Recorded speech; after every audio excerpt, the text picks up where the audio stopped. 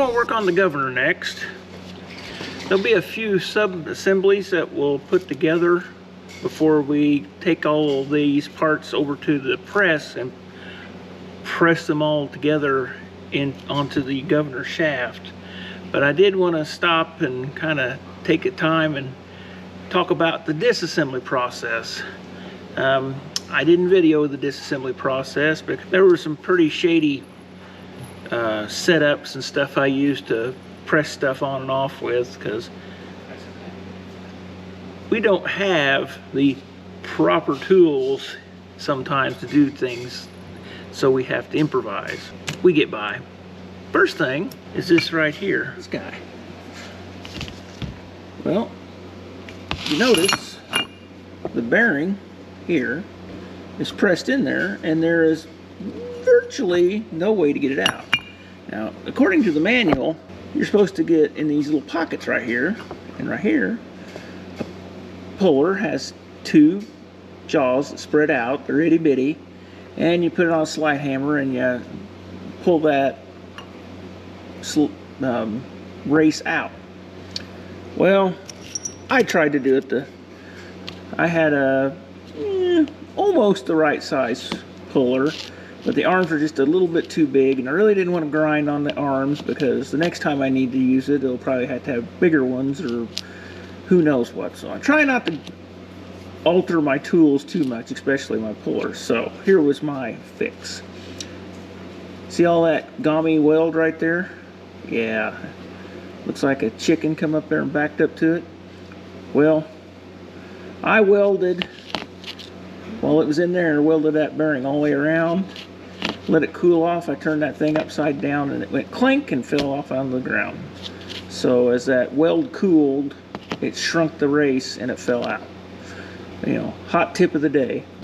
Here's some of the bearings that was in there, and well, they're kind of like everything in a rusted locked up tractor. As I've been saying all along, when these tractors sit, the pistons get stuck in the cylinders. There's probably a lot more going on than just that. Just keep that in mind whenever you go, I got my tractor unstuck. Oh, it'll be fine. Probably a lot more rusty, worn out, damaged stuff like governor bearings. You get in there, either replace them bearings or get in there and clean it up. So, but I understand it's pretty gratifying whenever you buy a tractor and I got stuck, got a good deal on it, go out there with a big cheater bar on the flywheel and break it loose, and you know, a couple hours you got that thing running again. But in the reality of things, it's just a short-term gain, long-term loss. We'll get started pressing. We'll press the new race into this casting here. We'll put the governor weights onto this gear here, and we'll probably put the new thrust bearing onto this shaft here, and anything else I think I can think of to make it a little less tedious at the press. This is the pin that holds in the governor weights. These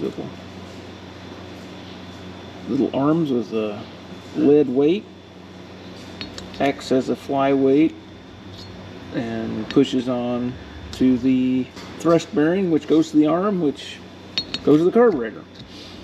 What you want to look for here on these pins, if there's any kind of scoring or real roughness or anything like that, these here weren't too bad. I don't think it'll hurt it any. And on the weights, you don't want these holes wallowed out. You also want to make sure there's these radiuses that are right here are still radiuses. You know, make sure they're round. This cotter pin has to look just like that because it fits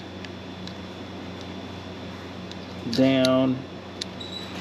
It goes into this slot. That keeps the roll pin from spinning around in the gear assembly instead of, nope, saying that wrong.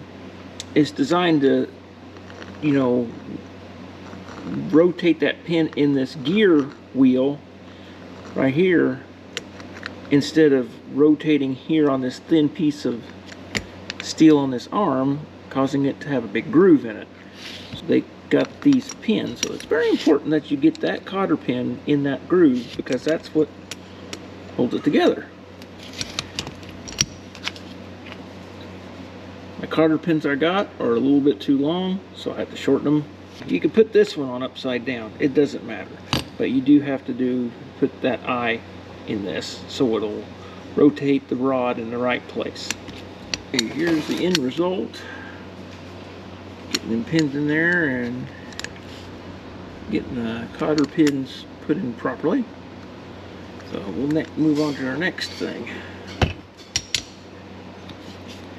This is the sleeve for the Governor, and this is the thrust bearing that come off of it. It was kind of in here or not. Pretty crummy. It's got all rusty and corroded and pitted, and it needed replaced. So we got this nice shiny new one. 07.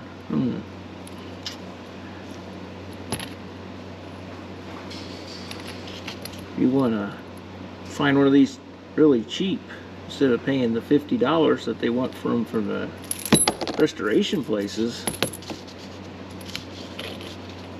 Look up a 07 bearing or a W, and it says W-7/8. Make sure it's grooved though. So they make one that's kind of RW7 or something like that, and it doesn't have a groove in it. It's just all flat. I don't know if it'd work or not, but I haven't got that desperate yet. So this guy just pushes down. You know, this got a little step right here. So we'll get something to press him down on there, and then that'll be done. So let me get a socket.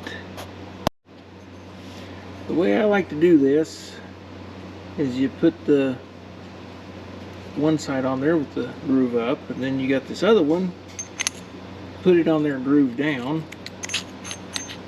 You put them together like that. You get a socket that slips over nice and smooth, and then you put them on a hard surface and give them a little love tap. They're not on there that hard.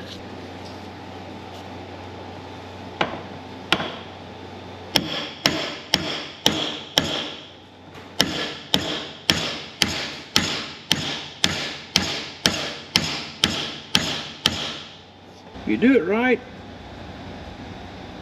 this will get pushed down in there and it won't tear anything up.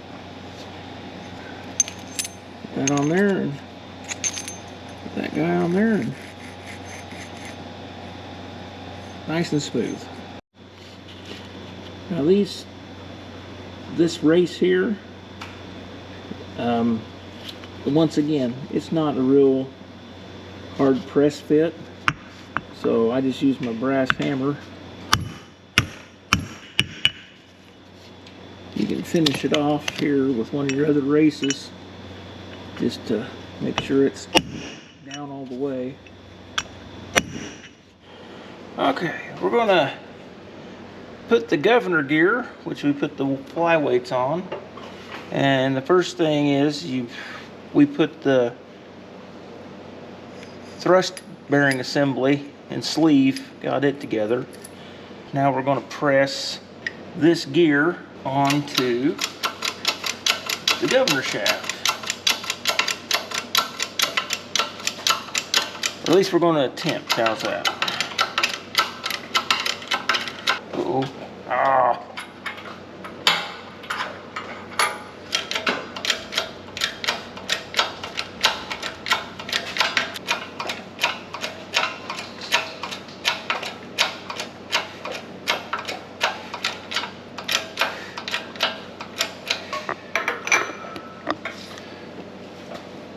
always prefer to use a press. Got more control over what you're doing than, say, like using a hammer. So, all right. We still got to push the gear on just that little bit to get it to the sleeve here. I'm going to go over and get a socket that will fit that and be back.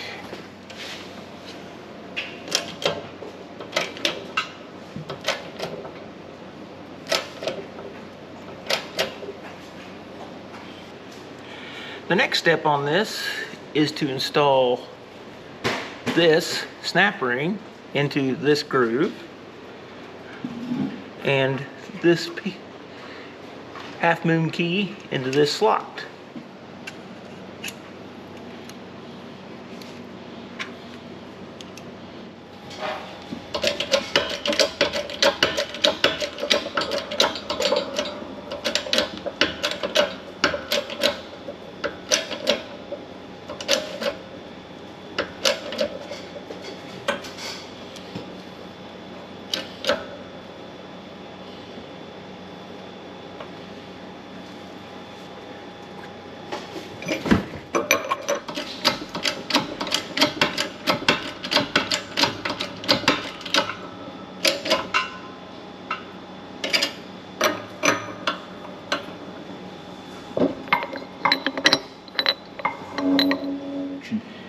Now we're going to put in the magneto adapter.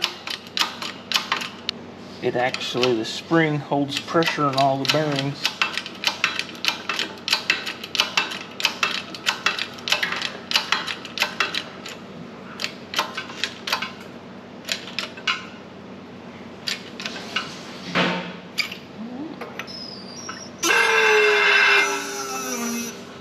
When you take this off, you have to remove this piece, and what I did is I got a bearing separator and put down in here.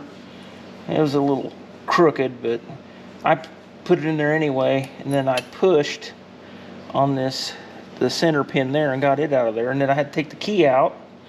Then I was able to get down here on this hub with the bearing separator, and then I pushed the bearing and the gear off. So, because if you try to take this all off at once, the bearing will hit the key for this one and stop you cold. Well, we went ahead and put this, what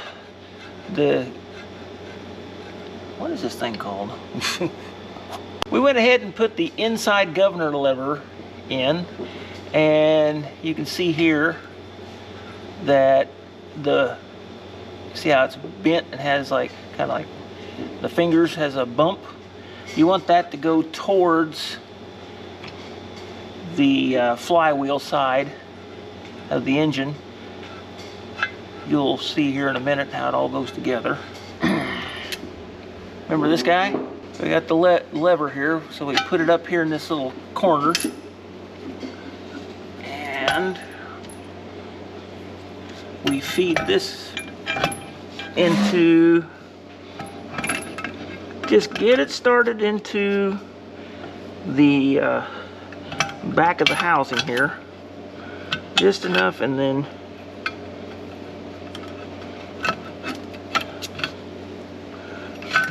you'll have to have your governor weights swung down the correct way, or it won't fit in there. And then you can start the bearing into the housing back here.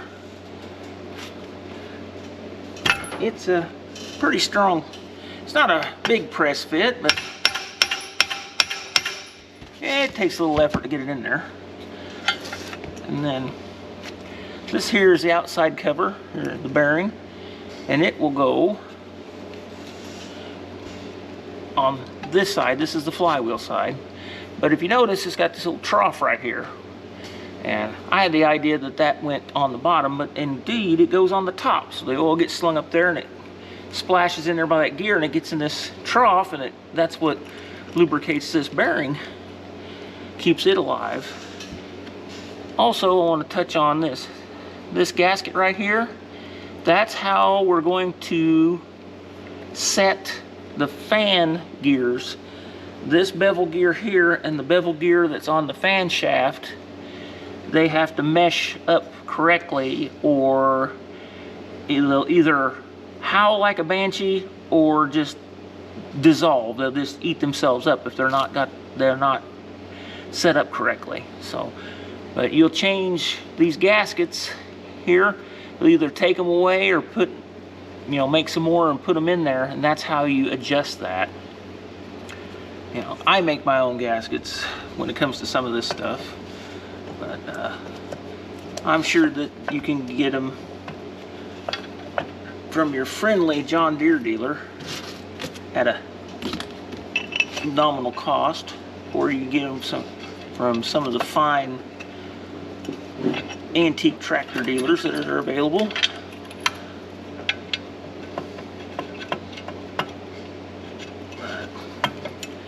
We're going to just start this on here for right now, maybe, and